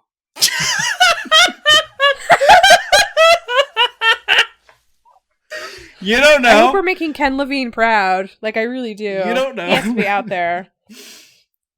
We're doing this for you, Ken Levine. And I feel like, who knows? Like, he'll probably throw a fucking sex party, like a eyes wide open sex party with the fucking masks and shit. I think a sex party with Andrew Ryan would be pretty cool. So yeah, I stand by my decision. Rebecca, want to save me Take from us, myself? yeah, get us out of here, please. Okay. All right. Let's do one more. It can't be a lightning round. I just picked 3 randomly. Okay. I still have a bunch more in here, so I'll save those for next year. Who knows what these will be? Oh no, they're all Mr. Mime. Just kidding. Okay. Neutral choice. Okay. Oh man. And okay. All right. So these are some interesting choices. So your final round. Your 3 people to pick from are Sylvanas Windrunner from WoW. Fuck yeah. The Drow Queen. Lord Shax from Destiny. I put that one in there. Just wanted to let everybody know. And the Great Fairy from Breath of the Wild. Oh my god. Specifically the Breath of the Wild Great Fairy. Oh She's my thick. god. She is thick. She's beautiful. She's gorgeous. Oh no. I know. This is hard. I already know because I put him in the bag hoping that I would choose him. I would marry Lord Shax and we would live together forever. I love him. I love Lord Shax. He's the best. I wish I didn't hate the Crucible because I love him and I want him to be proud of me. Man, this is hard. Okay, so it was yeah. Lord Shax, it was the Great Fairy, and who was the other one? Sylvanas Windrunner. Sylvanas Windrunner. Oh man. Yeah. She's the Banshee Queen. I know, and I love her. I don't want to kill the Great Fairy because I think that's blasphemous. But I don't want to kill Sylvanas because she's amazing. So I don't want to marry Sylvanas because I feel like her loyalty is an issue. Like she won't. Yeah, she has some baggage. Yeah. for sure. She will too. stab you in the back, like not even asking. Yeah. But I don't know Yeah. though. But she's also like a ride or die bitch. So like, who knows? She could literally, she could be like your best bro. I don't know. But Yo, if you needed something, like if you needed to get in a fight, Sylvanas would be there with a switchblade. Like Yeah, she would be ready to she go, would and she show would up. have her fucking crew. yeah, she's that kind of girl. Mm-hmm. She'd do a line of coke in the bathroom, then she'd just fucking come out swinging. I I think this is why you fuck Sylvanas. That makes the most I agree sense with that. Yeah. Because she would be so like nonchalant about it. She's like, yeah, whatever. And you could still be friends after. Well, and like she would, she would use her demon powers and like suck the life out of you and put it right back inside. And who knows? Like, I think it would be an shit right there. That's some hot sex right there. So, we really need to put a content warning on this episode. We do. So my choice is fuck Sylvanas. Yes. I'm killing Lord Shax. Hell yeah. Even though I like Lord Shax, like his image, but he has to die. And I think I'm gonna marry the Great Fairy from Breath of the Wild. Because I love her attitude. I love her fierceness. I love her like positivity. I think that would be a very healthy relationship. And we get to live in like a fucking cool ass flower. Like, who doesn't want to do that? You know? Yeah. And does she like grant you magical powers all the time? Like your armor's really good and you're also really strong and stuff? Everything is magical. It's a magical based relationship. That's my decision. That's good. I could see that's good. I'm into that. Have you made your final calls, Olivia? Yeah. I would fuck Sylvanas. And as much as it pains me to say, I would probably kill the Great Fairy. Because, like, she's not really, like, into, like, exploration or anything. She's like, I don't want to go in my hole and hang out here. Pay me. She's also, like, very much into, like, she's like a gold digger, kind of. You know? She's like, hey, I'm not going to talk to you or give you anything until you pay me. And then if you want to get an armor upgrade, I'm going to need some materials, bitch. And I'm going to you know what? Yeah. She would push me to become the adventurer that I want to be. So, like, that's why. She might take all my money, but, like, I'm out there doing what I like. And she supports me. So... She also has weird rules around consent. Because she just kind of grabs Link. He doesn't seem like he's ready for it. Yeah. That's true. Definitely some weird stuff there. Yeah. Whereas Lord Shax is very positive. He would be my friend. Yes, he is. And whenever I feel down, he would just, like, pick me back up. So, yeah, I would marry him.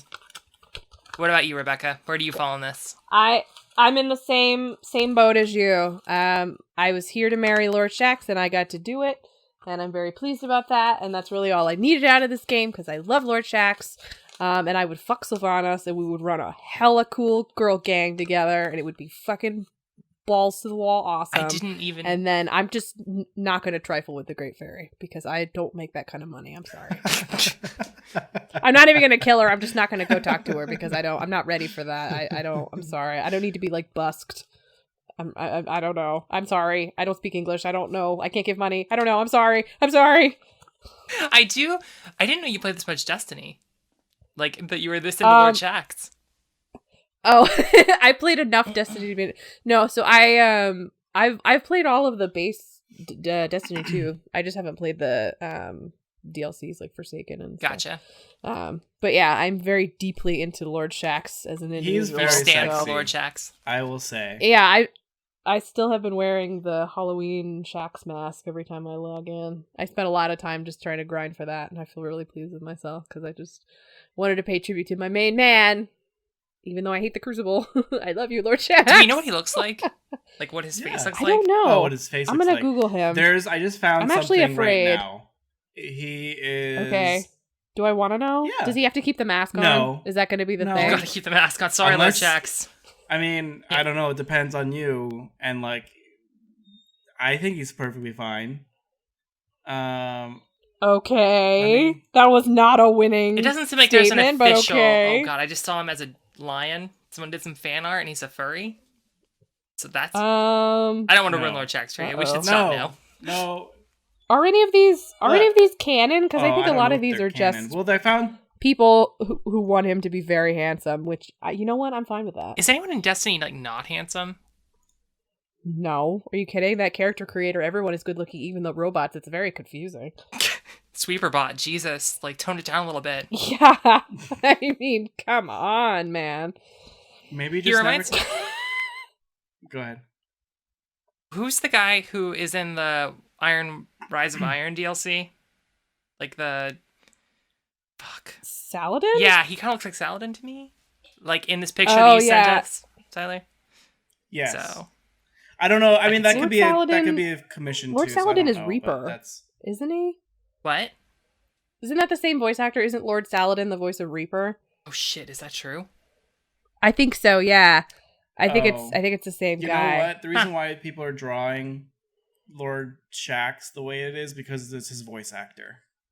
Ah, So that's Oh, where it's that Morgan came from The Walking Dead. So I never knew that. they're just you know what? imagining it. He looks like Morgan, but that's not true at all. So Close enough. Eh. Yeah, whatever. He's still my husband. It doesn't. Don't talk shit about him. Yeah. Yeah.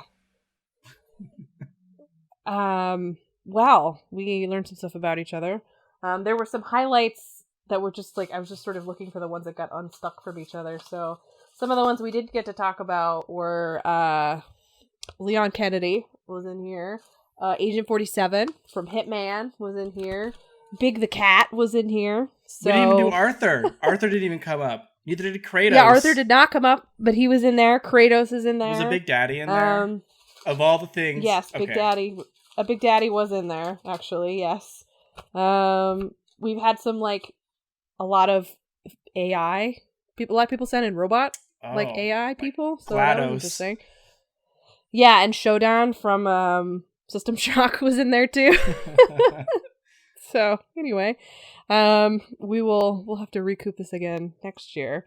And see what new characters we can add since we started and who continues to have our hearts years later. Thank you both for humoring me with this idea. So that was really fun. I'm glad we got to do that. I'm looking forward to next year because who knows where we're gonna go. Can we just the baseline is gonna bring people in. Yeah. Yeah, the ceiling has been shattered. I feel like for every episode that we do in the month of February, which I think is like 2, we should do these Marry Fuck Kill segments at the very end. Just so we can get more. I like it. Yeah. Okay. I'll keep the bag handy, and we can reach into it periodically. That sounds really bad, but we can occasionally dip into it for some of that good content that I know everyone is craving. Do you guys want to do some salutations? Yes. All right. So, salutations, as always, is our way to give a little shout out to all of the cool things that we're doing, whether it's gaming or I think it started out as being only gaming and now it's sort of like all bets are off. It's just, whatever's making you happy, whatever you think is really cool right now. We've taken a page from, I always want to say they're our good friends. I think I'm just like really wishful thinking on this one, but from some people we really admire, the group of folks that do the great podcast at Idle Thumbs and Important If True, they do some cool shout outs and we're going to do some cool shout outs too. So, Tyler, do you want to get us started with some salutations? Yeah, my salutation this week is making bread from scratch. Like actually cooking bread? Cooking bread. Tell me more about this game, Cooking Bread. I'd love to know more about it. Is this the new Cooking Mama game? Maybe. It's real life, so you can actually eat the food that you make in the game. And no DLC. Sick. Wow. And no DLC. Are there any microtransactions? I wish, because I wish you could pay to decrease the amount of time it takes to make bread. But bread is 1, delicious, 2, easy to do, and 3 is very inexpensive. Don't buy loaf of breads any longer that have, a lot of preservatives and like just in all general bad shit that doesn't need to be in there at all. It's literally just so that it can be preserved on the shelf of the food store for a long ass time before it goes moldy after you buy it. It's 4 ingredients, people. Well, 5 ingredients. It's flour, water, yeast, and salt. Oil is kind of optional, but you can use it. And it's so easy. It's so easy to make it. I'm going to link a recipe in our podcast description because I'm not going to go through the entire process of making bread, but it's, for me, I made it recently. I used to do it, my mom, when I was younger, we used to make bread from scratch because she got a bread maker and like wanted to use it. Then we made bread at home and it was so delicious. It filled the entire house with that good ass bread baking smell. Aww. And I did it recently again and it was great. Anyway, it's also kind of therapeutic because the thing about bread is it's easy to do. All you have to do is mix the ingredients in and then let it rise. Literally, like 80% of making bread is doing nothing and waiting for the dough to rise. See, Corvo likes bread. Loves bread. Loves it. You're gonna have to really edit my sound on this one. They're very mad at me. It's okay. Anyway, so and it's just easy to do, and like then the kneading part itself is kind of therapeutic. Honestly, you have to. I mean, you can definitely use like a mixer, and don't use a hand mixer. That's like a big no-no. You have to use a standing mixer, or maybe you can use a hand mixer, but you have to have a dough hook for the I don't even know what the hell it's called, for the mixing utensil. Otherwise you're gonna break your hand mixer. I prefer kneading though. You don't need a fancy mixer. You just knead it. You just take it in your hands, place it down on some floured countertop or cutting board, whatever you want to use, parchment paper, and then just knead the dough with your hands. There is no wrong way to knead a bread or dough, so like have at it. And like it's so relaxing, and then you let it rise, and then you put it in the oven for like 30 minutes, and then you have bread, and it's warm, it's delicious, and it's my salutation this week. So I recommend you do that. If you've never done it, don't be afraid. You're gonna make a mistake probably, and that's perfectly fine. As long as the house isn't, light on fire, it's a win. So make bread. My favorite part. I feel like this is a good salutation. Yeah, my favorite part of like I don't make bread, but my partner does, and I like picking the bread up. And when you like, it's a good piece of bread, and you like knock on its bottom, and it sounds hollow. That's what my favorite part of bread. It's fucking cool. And eating it's also pretty dope. Yeah, that's the best part of the bread, I would say. The eating. The making bread process. Eating the bread is the best part. Fuck the dough hook. Put some jelly on that shit, and you're good to go. Perfect. Done. We're there. Olivia, what is your salutation for the week? Yeah, so I've been playing NES games, and on the NES there is a game called Donkey Kong, and that game's really hard. And I was playing some Donkey Kong, and I was thinking about King of Kong, A Fistful of Quarters, which is a really good documentary about Billy Mitchell, who was the reigning champ of Donkey Kong, and Steve Wiebe, who was like an up-and-comer who was like coming to get like his first 1,000,000 points, or like the highest score in person. And it's like I don't usually like sports documentaries, but this is like one of the few exceptions where I'm like, oh, there's like a very clear-cut villain and like an underdog and like all of this like cast of characters and like a conspiracy that's all like intertwined about like Donkey Kong. And it's so fucking good. Weird. Have you guys seen this movie? No. No. Oh, I feel man. like, were they just talking about this on the Beastcast? Because I feel like Jeff Bakalar was trying to explain this movie. I haven't listened to the Beastcast in a minute, but I would not be surprised because it's so good. Just to give it like a general overview of like what happened and some information. So Billy Mitchell in like the 80s or whatever got like the highest possible Donkey Kong score, and like he was like integral to this like service that tracked high scores called Twin Galaxies. And they were like a community that was like, pre-speedrunning days and all that, where it was like, who's got the best high score or whatever. And they have like a whole like service where it's like people go out and like look at videos to like verify their authenticity. Steve Wiebe, who is like this kind of guy, he's like a real lovable good dude who is like down on his luck, and he's like, I'm gonna play Donkey Kong to like kind of get my life back on track. And he's just like a family guy and super lovable. He like ends up getting like the highest Donkey Kong score or whatever. And then Billy Mitchell basically works with his crew of cronies at Twin Galaxies to try to like make his scores invalid and like try to like manipulate Steve Wiebe.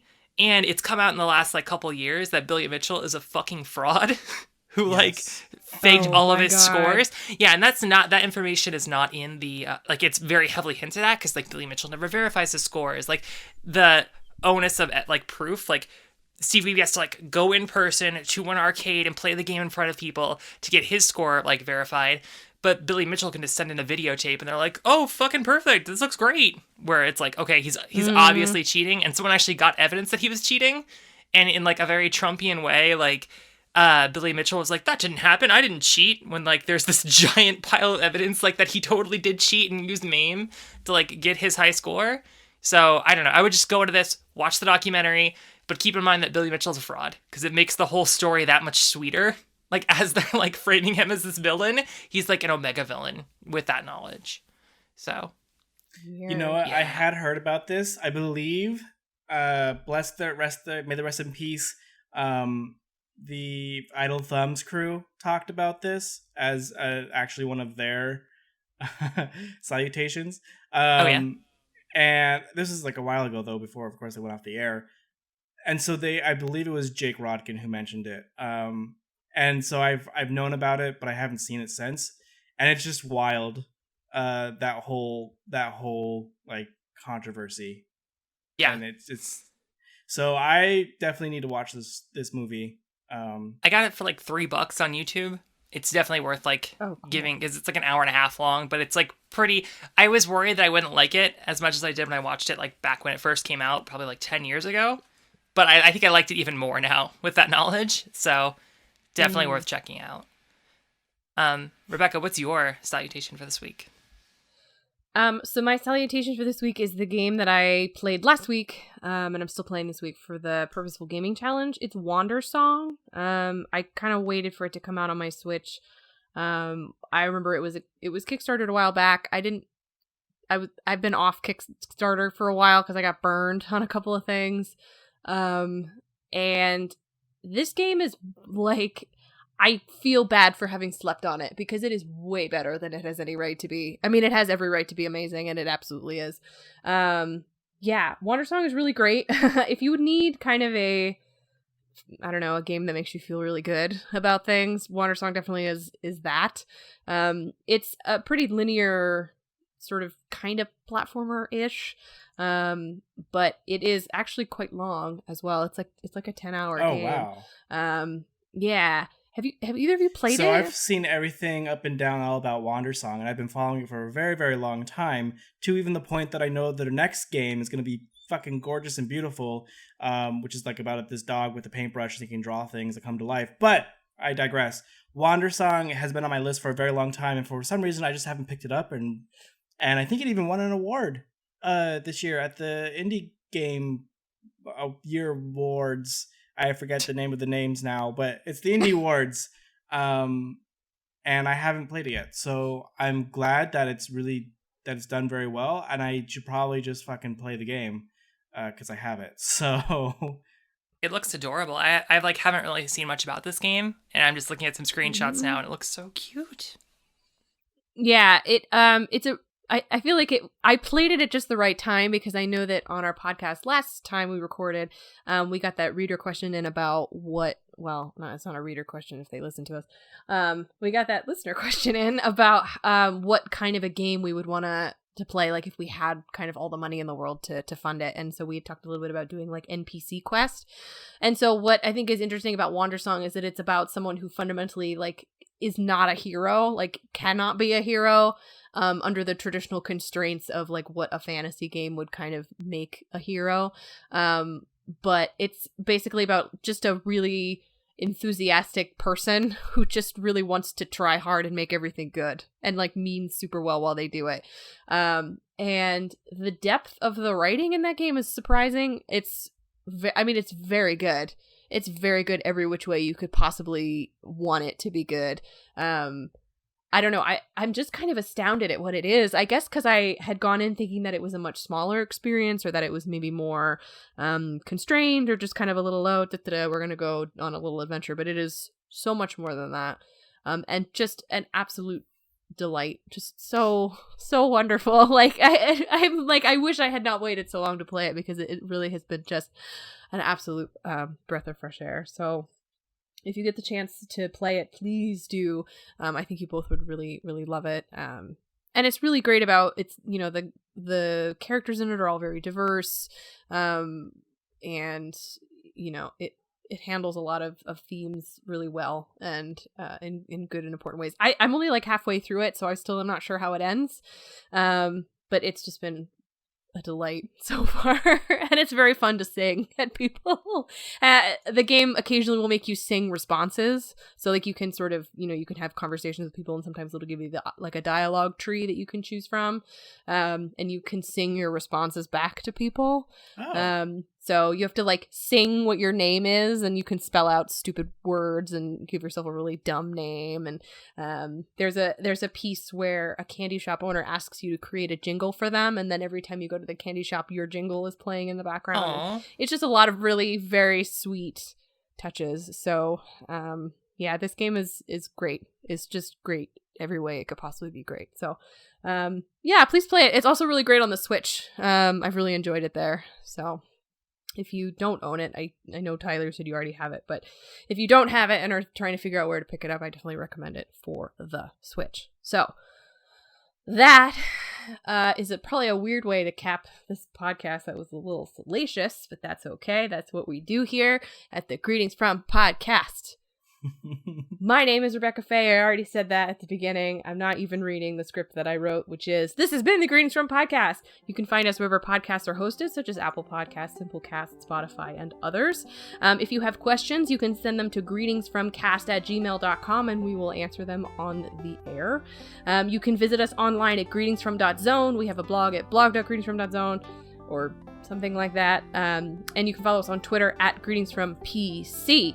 My name is Rebecca Faye, which I just said for the third time, and you can find me at Rebecca Faye on the internet. Olivia, where can they find you? You can find me on Twitch and Twitter at LivJQ.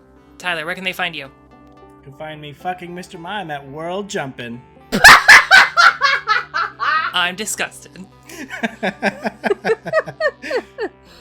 Die in a fire, Mr. Mime. Goodbye!